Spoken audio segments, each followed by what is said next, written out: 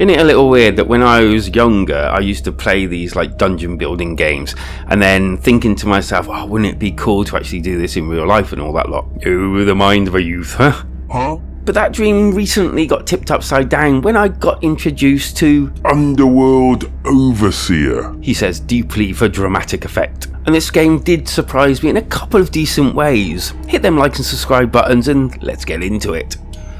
Okay, so if you're used to dungeon building games, you probably know the format here. Basically, you're the bad guy, or good guy, depending on your perspective, and instead of being the hero, or the villain, depending on how you look at it, they're coming to ransack your stuff and steal your gold, you choose. It's basically down to you to expand your dwellings, make more money, create more minions, and devise ways of getting rid of the treacherous thieves. So basically you'll be going from dungeon to dungeon, creating more and more elaborate and better dungeons and unlocking different traps, creatures, rooms and the like. The interface for all of this is actually quite intuitive. You just bring it up on the controller and it comes up on your wrist, left or right handed, and just click on what you want. Other items and the like are added as you progress through the levels, and obviously it gets progressively harder the further in you go.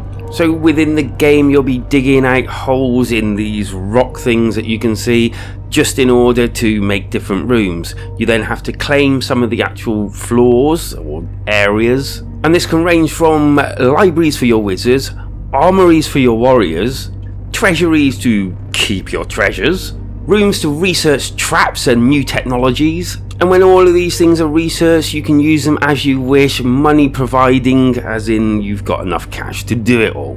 Which means it's a really good idea to search out these veins of coins and gold and basically dig them up. The more and more creatures you have, weirdly enough, you have to spend coinage in paying them. Damn minions. And obviously this could eat into your cash flow and inhibit you from building stuff. I felt that they really nailed the atmosphere here. It just flows really well. You can move your personal self around by either using the joypads to look round or go up and down, or you can like cling onto the actual, use your hands to move you by grabbing the ground and just dragging yourself to where you want to go. I chose kind of a bit of both. Now when I was playing this, I was sitting in my gaming chair, so that also meant that I could swivel myself around to look around me. But you can play it sitting, standing, or whichever you prefer. There is, however, one other feature that I want to mention here before we move along, and that's the fact that it's in MR, mixed reality. Yes, and although I really did enjoy the dark kind of like feel of the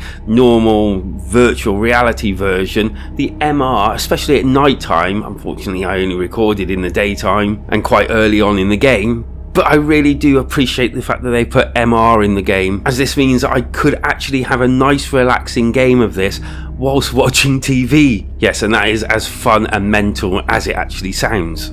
Graphically it looks great, dark, foreboding, all the different characters you can get really close to, you can look at, and they all look pretty decent. They've all got almost like a cel shaded look to them. All the different rooms look pretty decent, and the MR version I just really enjoyed.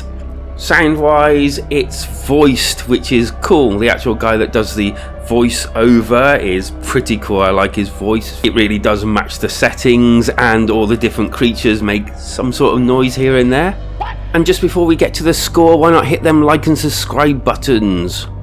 Right, so if you're looking for a game of dungeon building, if you remember those games and you got a VR unit and you're like, ooh, that looks interesting, this is definitely the game for you. Bear in mind it's Halloween and this pretty well fits the script. And trust me when I say it's a lot of fun to play. And without recapping too much, for all the reasons I mentioned, I'm going to give Underworld Overseer a great big 8 out of 10. Be safe out there. Happy Halloween!